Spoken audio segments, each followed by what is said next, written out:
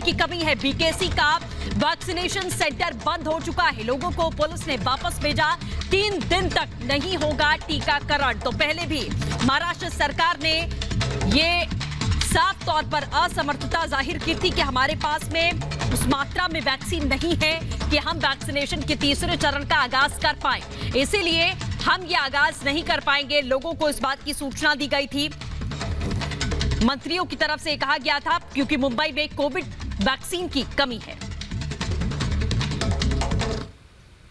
मुंबई में फिर से कोविड-19 वैक्सीनेशन सेंटर को 3 दिन के लिए बंद कर दिया गया है। हालांकि वैक्सीन के जो शॉट्स है वो अवेलेबल डोसेज अवेलेबल नहीं होने की वजह से ये डिसीजन लिया गया है। हम खुद मौजूद है बीकेसी कोविड-19 वैक्सीनेशन सेंटर के बाहर, जहां पर एक बोर्ड भी डिस्प्ले किया गया है, जहां पर लोग यहां पर आ रहे हैं इंक्वायरी के लिए, और वही बोर्ड डिस्प्ले किया गया जिसमें साफ तौर पर बताया कि आने वाले 3 दिनों के लिए यहाँ पर वैक्सीन अवेलेबल नहीं है, और ये ऑर्डर खुद BMC की ओर से दी गई है।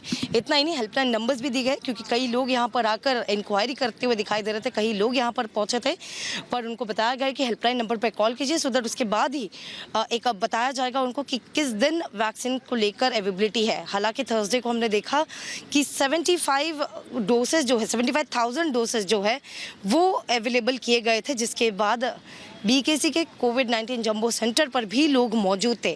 हालांकि प्रेफरेंस उनको दिया जा रहा था जो सेकंड डोज के लिए यहाँ पर पहुंचे थे। लेकिन अब देख रहे हैं कि मुंबई में फिर से वैक्सीनेशन ड्राइव जो है वो फिर से थम गई है, और खुद BMC की ओर से ये ऑर्डर दी गई है कि आने वाले 3 दिन के लिए ये वैक्सीनेशन ड्राइव को फिलहाल रोका गया है, क्योंकि नॉन अवेलेबिलिटी जो वैक्सीन के डोजेस है, और जब तक नए डोज नहीं आते हैं तब तक सेंटर्स बंद रहेंगे।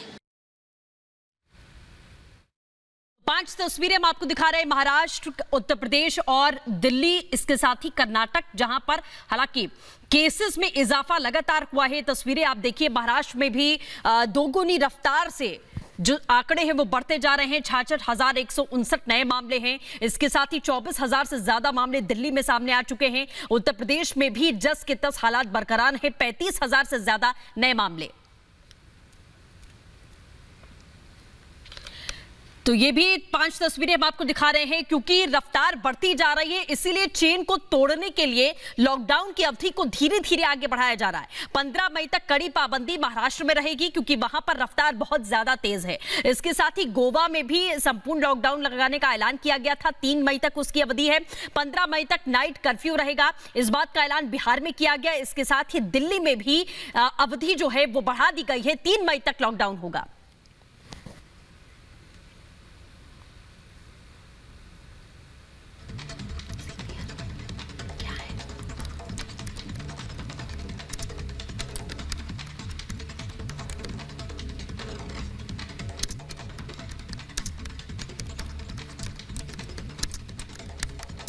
जी हाँ, तो तस्वीरें हम आपको लगातार दिखा रहे हैं कि किस तरीके की परिस्थिति इस वक्त बनी हुई है, और उससे निपटने के लिए एकमात्र रास्ता है इस चेन को तोड़ने के लिए कि किस तरीके से लॉकडाउन की अवधि को आगे बढ़ाया जाए।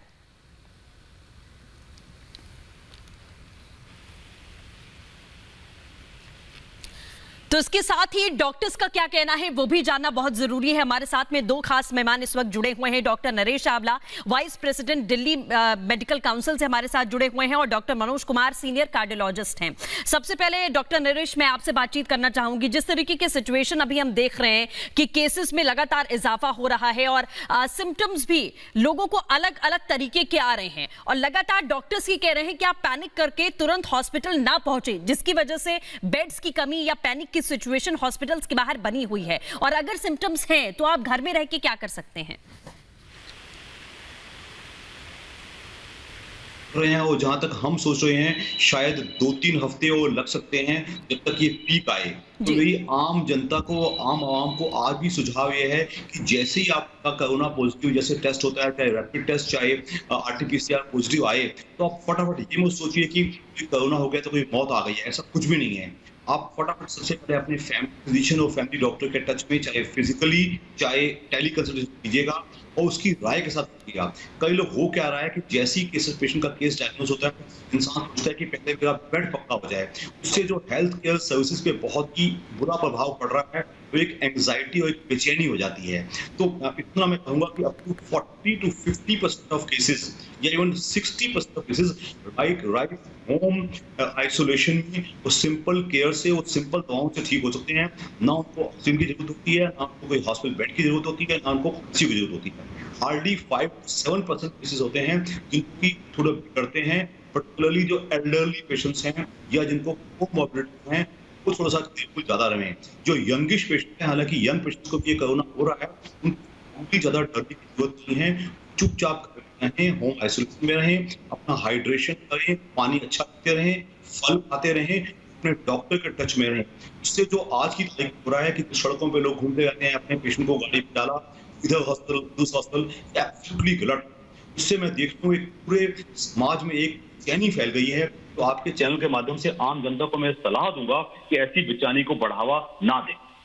बिल्कुल, डॉक्टर मनोज भी हमारे साथ जुड़े हुए हैं। डॉक्टर मनोज, वैक्सीनेशन की अगर बात कर लें तो जिस तरीके से पहली लहर जब आई थी, जिन लोगों को कोविड हुआ था, ये जानना भी जरूरी है कि क्या अब दूसरी लहर में उनके लिए भी वैक्सीनेशन उतना जरूरी है, क्योंकि ये माइंडसेट होता है कि अब एक बार कोविड हो चुका है तो शायद दोबारा नहीं होगा, या प्लाज्मा हम डोनेट कर सकते हैं, या एंटीबॉडी हमारे अंदर जनरेट हो गई है तो वैक्सीन की जरूरत नहीं है।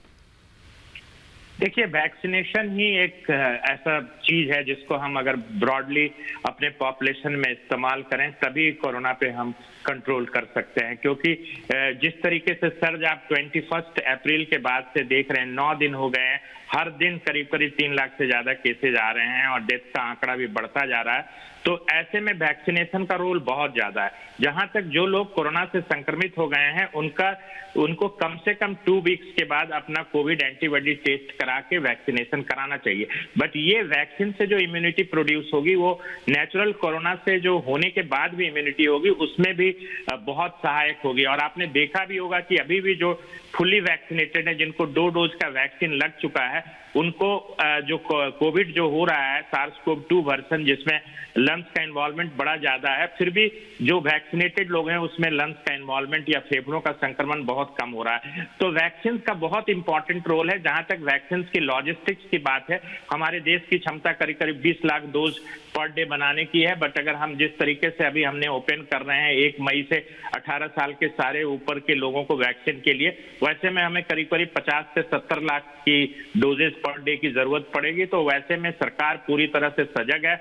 उन्होंने सारे वैक्सीन प्रोडक्शन वाले जो कंपनियां हैं इंपोर्ट भी किया है स्पुतनिक वी को, और जो भी पाइपलाइन में वैक्सीन है जैसे जाइडस कैडिला के या बायोलॉजिकल ई के, उन लोगों को भी जल्दी से जल्दी उत्पादन करके बाजार में वैक्सीन लाने की कवायद की है। तो मुझे लगता है कि सरकार सजग है, बट ये ग्राउंड लेवल पे कैसे इंप्लीमेंट होता है ये बहुत इंपॉर्टेंट है। और वैक्सीनेशन ही होगा जो लॉन्ग टर्म में हमें कोविड-19 से बचाएगा।